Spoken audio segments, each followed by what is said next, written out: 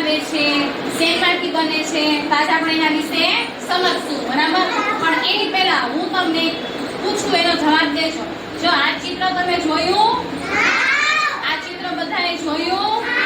ચલો, માથે ટોપી પહેરી છે, લીલા કપડા પહેર્યા છે, જો આયા પાછળ એને બેગ ટીંગાડેલું છે, જોયું બધાએ?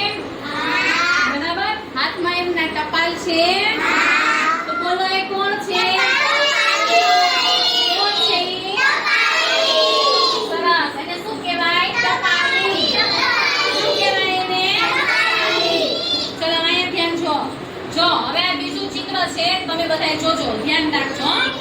જો એને આને પણ લીલા કલરના કપડા પહેર્યા છે, પહેર્યા છે લીલા કલરના કપડા, માથે ટોપી છે, હાથમાં દંડો છે, બોલો એ કોણ છે? કોણ છે?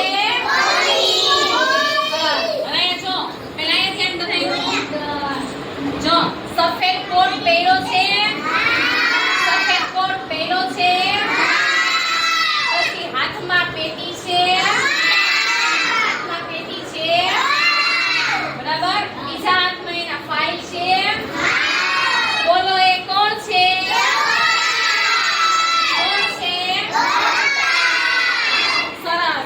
આના ઉપરથી ખબર પડે કે માણસથી કેવા કપડાં પહેરે છે, કેવા કપડાં પહેરે છે, એના ઉપરથી ખબર